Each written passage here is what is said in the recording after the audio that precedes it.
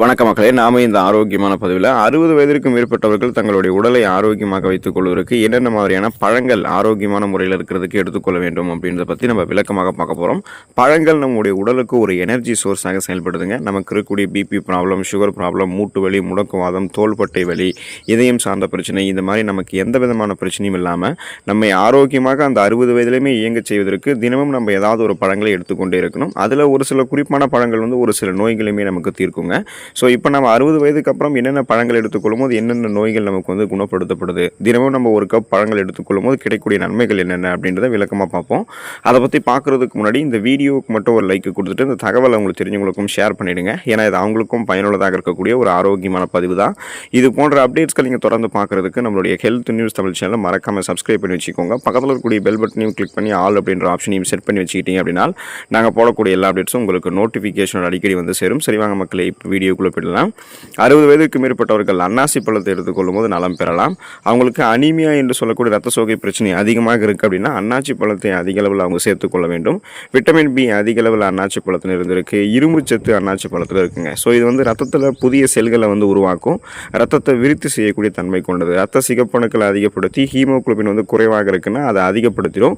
இதன் மூலமாக ஹீமோகுளோபின் நமக்கு ஆக்சிஜன் சப்ளை கரெக்டாக பண்ணுறதால அனீமியா என்று சொல்லக்கூடிய ரத்த சோகை நோய், அந்த நோய் குணப்படுத்தப்பட்டு மீண்டும் வராமல் தடுக்கும். அனிமியாவுக்கான அறிகுறிகளாக இருக்கக்கூடிய மயக்கம், தலைவலி, குமட்டல், வாந்தி, உடல் சோர்வு, உடல் பலவீனம், கவனமின்மை, இந்த மாதிரி அறிகுறிகள் எதுவுமே நமக்கு இருக்காது. மிக விரைவிலேயே நம்முடைய உடலில் ஹீமோகுளோபினுடைய அளவு அதிகரிக்கிறத நம்ம பார்க்க முடியும். குறிப்பாக பித்தம் சம்பந்தமான நோய்களை அன்னாசி பழம் 60 வயதிற்கு மேற்பட்டவர்களை தீர்க்குங்க. ஸோ குறிப்பாக உங்களுக்கு சுகர் ப்ராப்ளம் இருக்குன்னா நீங்கள் அளவாக தான் அன்னாசி பழத்தை எடுத்துக்கணும். அல்லது உங்களுடைய சுகர் உங்களுக்கு அதிகமாக இருக்குன்னா நீங்கள் 60 வயதில் அன்னாசி பழத்தை எடுத்துக்காமல் இருக்கிறதா நல்லது. விளாம்பழம் நீங்கள் எடுத்துக்கொண்டீங்க அப்படின்னா உங்களுக்கு நிறைய நன்மைகள் கிடைக்கும். 60 வயதிலுமே விளாம்பழத்தை நம்முடைய முன்னோர்கள் நிறைய உணவுகள் சேர்த்து கொண்டிருப்பாங்க. நாம் இந்த பழங்களை சாப்பிட்டதே இல்லை அப்படின்னு தான் சொல்கிறோம். இப்போ இறக்குமதி செய்யப்படக்கூடிய பழங்களை விட, அதாவது ஃபாரின்லேருந்து நமக்கு எடுக்கக்கூடிய ஃப்ரூட்ஸை விட நம்ம உள்ளூர் பழங்களை சாப்பிட்றதா நமக்கு சிறந்தது அப்படின்னு நீங்கள் தெரிஞ்சுக்கோங்க. ஸோ விளாம்பழம் நம்முடைய உள்ளூர் பழம். இதில் இரும்பு சத்து, சுண்ணாம்பு சத்து, விட்டமின் ஏ எல்லாம் மிக அதிக அளவில் இருக்குது. விளாம்பழம் என்ன தான் புளிப்புச்சுவையை கொண்டிருந்தாலும் அதை நீங்கள் நாட்டு சர்க்கரையோடு பிசைந்தோ ஜூஸ் ஆக்கியோ சாப்பிட்டீங்க அப்படின்னா உங்களுக்கு அது டேஸ்ட்டாக இருக்கும். பித்தம் தொடர்பான நோய்கள்லாம் உங்களுக்கு குறையும். அந்த 60 வயதிலுமே கண் பார்வை திறனை தெளிவாக வைக்கிறதுக்கெல்லாம் விளாம்பழம் உங்களுக்கு நிறைய நன்மைகள் செய்யுங்க. நீங்கள் நிறைய சாப்பிடணும் விளாம்பழத்தை. அது உங்களுக்கு அந்த ஜீரண சக்தியை மேம்படுத்தும், பற்களை உறுதியாகும். ஏன்னா 60 வயதிற்கு மேற்பட்டவர்களுக்கு ஜீரண சக்தி கொஞ்சம் ஸ்லோவாக தான் இருக்கும். பற்களும் வலுவிழந்து காணப்படும். அப்போ நம்ம அந்த பற்கள், ஜீரண மண்டலத்தை எல்லாம் வலுவாக வைத்துக்கொள்ளணும், சிறப்பாக நம்ம அதை பராமரிக்கணும்னா விளாம்பழத்தை எடுத்துக்கொள்ளலாம். மாதுளம் பழத்தை 60 வயதிற்கு மேற்பட்டக்கூடிய நபர்கள் எடுத்துக்கொள்ளலாம். மலச்சிக்கல் அப்படின்னாலே நம்முடைய நினைவுக்கு வருவது பார்த்தீங்கன்னா வாழைப்பழமும் கொய்யாப்பழமும் தான் வரும். ஆனால் அதை விடவும் சிறந்தது மாதுளம் பழம் அப்படின்றது நமக்கு தெரியாது. மாதுளம் பழத்துக்கு மலத்தை இழக்கக்கூடிய ஆற்றல் இருக்குங்க. நீண்ட நாட்கள் மலச்சிக்கலால் அவதிப்படுபவர்கள் கூட தொடர்ந்து 5 நாட்கள் மாதுளம் பழத்தை இரவு நேரத்தில் சாப்பிட்டு வந்தீங்க அப்படின்னா 60 வயதிற்கு மேற்பட்டவர்களுக்கு அந்த மலச்சிக்கல் பிரச்சனை எல்லாம் தீர்ந்துடும். அப்புறம் பார்த்தீங்கன்னா தொண்டை சம்பந்தப்பட்ட பிரச்சனைகளுமே மாதுளம் பழம் தீர்க்கும். தொடர்ந்து நீங்கள் வறட்டு இருமலால் அவதிப்பட்டு இருக்கீங்க அப்படின்னா மாதுளை சாறு 2 ஸ்பூன் எடுத்து அதில் ஒரு சிட்டிகை மிளகுத்தூள் சேர்த்து சாப்பிட்டு வரும்போது வறட்டு இருமல் உங்களுக்கு கிடைக்கும். மாதுளம் பழத்துக்கு மட்டும் கிடையாது, அதனுடைய தோலுக்குமே மருத்துவ குணங்கள் அதிகமாக இருக்குது. மாதுளம் பழத்தினுடைய தோலை நீங்கள் நிழலில் உலர்த்தி பொடி செஞ்சு சருமத்தில் தொடர்ந்து தடவி வரும்போது சரும பிரச்சனைகள் தீரும். அந்த பொடியோட நீங்கள் எலுமிச்சை சாறை சேர்த்து சாப்பிடும்போது கூட சீதபேதி கூட உங்களுக்கு நிற்கும். ஸோ இந்த நன்மைகள் எல்லாமே அந்த 60 வயதிலுமே நீங்கள் மாதுளம் பழத்தை எடுத்துக்கொள்ளும் போது உங்களுக்கு கிடைக்கும். நீங்கள் கூடுமான வரைக்கும் அப்படியே அந்த மாதுளம் பழத்தினுடைய விதைகளை சாப்பிடுங்க. ஒருவேளை உங்களால் விதைகளையும் சாப்பிட முடியாத அளவுக்கு நீங்கள் இருக்கீங்கன்னா ஜூஸாக எடுத்துக்கொள்ளும் போது சர்க்கரை சேர்க்காமல் இயல்பாக அதோடைய சுவையை உணருங்க. அப்போ தான் உங்களுக்கு அது மருத்துவமைகளை கொடுக்கும். 60 வயதிற்கு மேற்பட்டவர்கள் செவ்வாழை பழத்தை எடுத்துக்கொள்ளும் போது நன்மைகள் பெறலாம். இதுவே உங்களுக்கு சுகர் ப்ராப்ளம் அதிகமாக இருக்குது அப்படின்னா நீங்கள் எடுத்துக்கொள்ளாமல் அளவாக எடுத்துக்கிறது நல்லது. இப்போ வாழைப்பழங்கள் எல்லா இடங்கள்லையுமே எல்லா சீசன்லையுமே கிடைக்கக்கூடிய பழம் தான். நிறைய ஊட்டச்சத்துக்களும் சர்க்கரை சத்தும் இருந்திருக்கு.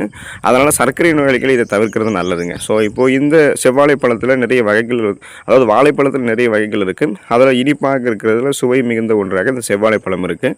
நிறைய மருத்துவ நன்மைகளையும் கொண்டு இருக்குது. குறிப்பாக பார்த்தீங்கன்னா இந்த மூல நோய் பிரச்சனையால் அவதிப்படுபவர்களுக்கெல்லாம் மிகச்சிறந்த தீர்வாக செவ்வாழை இருக்கும். ஜீரண சக்தியை 60 வயதிற்கு மேற்பட்டவர்களுக்கு செவ்வாழை மேம்படுத்தும். கண் பார்வை திறனை தெளிவடைய வைக்கும்.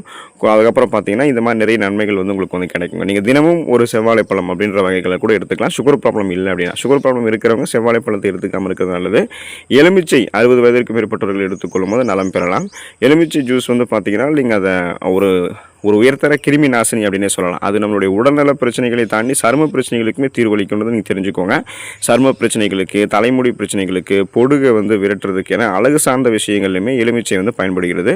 எலுமிச்சை ஜூஸில் மிக அதிக அளவில் விட்டமின் சி என்று சொல்லக்கூடிய உயிர் சத்து நிறைந்திருக்குங்க. இது நோய் எதிர்ப்பு ஆற்றலை உங்களுக்கு அதிகரிக்கும். எலுமிச்சை சாறை நீங்கள் காலையில் வெறும் வயிற்றில் வெதுவெதுப்பான நீரில் கலந்து குடிக்கும் போது உடலில் தேங்கியிருக்கக்கூடிய தேவையில்லாத கொழுப்புகள்லாம் கரைந்து அது உடல் எடையை குறைக்கிறதுக்குமே உங்களுக்கு உதவிகரமாக இருக்கும். வயிறு சம்பந்தமான பிரச்சனைகளுக்கு சிறந்த தீர்வாக வந்து பார்த்தீங்கன்னா எலுமிச்சை ஜூஸ் வந்து உங்களுக்கு இருக்குங்க. எலுமிச்சை ஜூஸோட கொஞ்சமாக நீங்கள் இஞ்சி சேர்த்து அரைத்து காலை மாலை இருவேளையும் நீங்கள் குடிச்சிங்கன்னா வறட்டு இருமல்லாம் கூட உங்களுக்கு குணமாகிடும். அப்போ 60 வயதிலுமே நீங்கள் தினமும் ஒரு எலுமிச்சம் பழத்தை பிழிந்து ஜூஸாக எடுத்துகிட்டு இருக்கீங்க அல்லது எலுமிச்சையை உணவுகளை பயன்படுத்திட்டு இருக்கீங்க அப்படின்னாலுமே அந்த 60 வயதிலுமே நீங்கள் வந்து பலமாக இருக்கலாம். எந்த பிரச்சனையுமே உங்களுக்கு வந்து இருக்காது. ஆரஞ்சு பழம் 60 வயதிற்கு மேற்பட்டவர்கள் எடுத்துக்கொள்ளும் போது நலம் பெறலாம். ஆரஞ்சு பழத்தில் விட்டமின் சி மற்றும் விட்டமின் B2 நிறைந்திருக்கு. அதோடு சுண்ணாம்பு சத்தும் நிறைந்திருக்கிறதால நம்முடைய உடலுக்கு மிகச்சிறந்த ஆற்றல் மூலமாக இது வந்து இருக்குங்க. நீண்ட நாட்கள் உடல்நல கோளாறுகளால் அவதிப்படுபவர்களினுடைய உடலை தேற்றுவதற்கு ஆரஞ்சு பழம் சிறந்த பலனாக இருக்கும். இன்சோம்னியா அப்படின்னு சொல்லக்கூடிய அந்த தூக்கமின்மை பிரச்சனையால் அவதிப்படுபவர்கள்லாம் தூங்க செல்றதுக்கு முன்னாடி அரை டம்ளர் ஆரஞ்சு ஜூஸோட கொஞ்சமாக தேன் கலந்து குடிச்சிட்டு வந்தோம் நல்ல பலன் கிடைக்கும். நல்ல தூக்கம் உங்களுக்கு வந்து வரும். பல் சொத்தை, ஈறுகளில் ஏற்படக்கூடிய வீக்கம், ஈறுகளில் ரத்தம் வெடிதல் ஆகிய பிரச்சனைகளுக்கெல்லாம் உடனடி தீர்வாக வேண்டும் அப்படின்னா அதுக்கு வந்து நீங்கள் ஆரஞ்சு பழத்தை தான் முதல்ல வந்து எடுக்கணும். ஆரஞ்சு பழச்சாறை நீங்கள் வாயில் ஊற்றி 2 நிமிடங்கள் அப்படியே வாயில் வந்து கொப்பளிச்சதுக்கப்புறம் துப்பிடணும். ஸோ அந்த மாதிரி பண்ணிங்கன்னா அந்த பல் பிரச்சனைகளுக்கு அது ஒரு நல்ல தீர்வாக இருக்கும். இந்த ஈறுகளில் ரத்த கசிவு ஏற்படுறது, பற்கள் வீக்கம், அதாவது ஈறுகள் வீக்கம் அடைஞ்சு பற்கள் வந்து வலுவிழந்து போகிறது, இந்த மாதிரி பிரச்சனைகள்லாம் உங்களுக்கு வந்து எதுவுமே இருக்காது. 60 வயதிற்கு மேற்பட்டவர்கள் வந்து சுகர் ப்ராப்ளம் இல்லைனா மட்டுமே நீங்கள் திராட்சை பழம் எடுத்துக்கிட்டிங்கன்னா அது உங்களுடைய உடலை ஆரோக்கியமாக வைக்கும். இப்போ பார்த்தீங்கன்னா பெண்களுக்கு ஆண்களுக்கு என அனைவருக்கும் வந்து இந்த திராட்சை பழம் எடுத்துக்கலாம். இப்போ பெண்களுக்கு திராட்சை பழம் எடுத்துக்கொள்ளும் போது என்ன ஸ்பெஷல் அப்படின்னா அவங்களுக்கு அந்த மாதவிடாய் தொடர்பான பிரச்சனை, மாதவிடாய் தொடர்பான பிரச்சனையால் ஏற்படக்கூடிய வலிக்கெல்லாம் ஒரு சிறந்த தீர்வாக திராட்சை பழம் வந்து இருக்கும். இப்போ மாதவிலக்கு தள்ளி போவது, அதிக உதிரப்போக்கு வந்து குறைவாக இருக்கிறது, இந்த மாதிரி பல பிரச்சனைகளை முறைப்படுத்துவதில் திராட்சைக்கு முக்கிய இடம் இருக்குங்க. அப்போ திராட்சை சாரோட சர்க்கரை சேர்த்து 1 டம்ளர் வீதம் தினமும் குடிச்சிட்டு வந்தீங்கன்னா முறையான இடைவெளிகளில் மாதவிலக்கு உண்டாகும். ஸோ இது வந்து பார்த்தீங்கன்னா அந்த இளைஞர்களுக்கு வந்து இது வந்து செட் ஆகும். அதாவது வந்து வயது பெண்களுக்கு அவங்களுக்கு தான் இது கரெக்டாக இருக்கும். 60 வயதிற்கு மேற்பட்டவர்கள் வந்து திராட்சை பழத்தை வந்து நீங்கள் எடுத்துக்கிட்டீங்க அப்படின்னா உங்களுக்கு அது சுகர் ப்ராப்ளம் இல்லைன்னா நீங்கள் எடுத்துக்கலாம். அது உங்களுடைய உடலுக்கு ஆரோக்கியம். சுகர் ப்ராப்ளம் இருக்கும்போது எடுத்துக்கொள்ளக்கூடாது.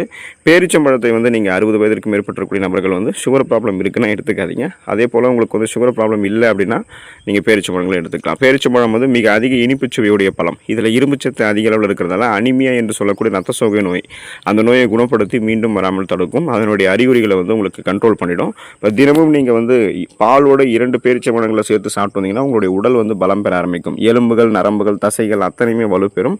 புதிய ரத்தம் எல்லாம் உங்களுக்கு வந்து பெருக ஆரம்பிக்கும். தோல் மிருதுவாகும். நரம்பு மற்றும் கண் சம்பந்தப்பட்ட பிரச்சனைகளை வந்து பேரிச்சம்பழம் உங்களுக்கு வந்து கண்ட்ரோல் பண்ணிடும். ஸோ அப்போ வந்து பார்த்தீங்கன்னா நீங்கள் சுகர் பேஷண்ட்டாக இருக்கீங்கன்னா ஒரு நாளைக்கு 1 பேரிச்சம்பழமே போதுமானது தான். அல்லது நீங்கள் நார்மலாக இருக்கீங்கன்னா ஒரு நாளைக்கு 3 பேரிச்சம்பழம் சாப்பிட்டீங்கன்னா அத்தியாவசியமான ஊட்டச்சத்துக்களான இந்த சுண்ணாம்பு சத்து, பாஸ்பரஸ் சத்து, மெக்னீசியம் சத்து, விட்டமின் சத்துக்கள் அத்தனையுமே உங்களுக்கு வந்து கிடைக்கப்பெற்று உடல் வந்து உறுதி பெறும். 60 வயதிற்கு மேற்பட்டவர்கள் கொய்யா பழத்தை எடுத்துக்கொள்ளலாம். சுகர் ப்ராப்ளம் இருக்கிறவங்க தவிர்த்து மற்றவங்க மாம்பழத்தை எடுத்துக்கலாம். நாவல் பழத்தை வந்து 60 வயதிற்கு மேற்பட்டவர்கள் எடுத்துக்கலாம். பலாப்பழம் வந்து சுகர் பேஷண்ட்டாக இருக்கீங்கன்னா நீங்கள் எடுத்துக்காமல் மற்றவர்கள் வந்து எடுத்துக்கொள்ளலாம். இந்த பழங்கள்லாம் நீங்கள் எடுத்துக்கொள்ளும் போது அந்த 60 வயதிலுமே உங்களுடைய உடலை வந்து நீங்கள் ஆரோக்கியமாக பராமரித்துக் கொள்ளலாம். உங்களுக்கு எந்த விதமான உடல்நல கோளாறுகளுமே ஏற்படாது. நீங்கள் நலமோடு வாழலாம். அடுத்த ஆரோக்கியமான பதிவை மறக்காமல் சந்திப்போம். நன்றி மக்களே.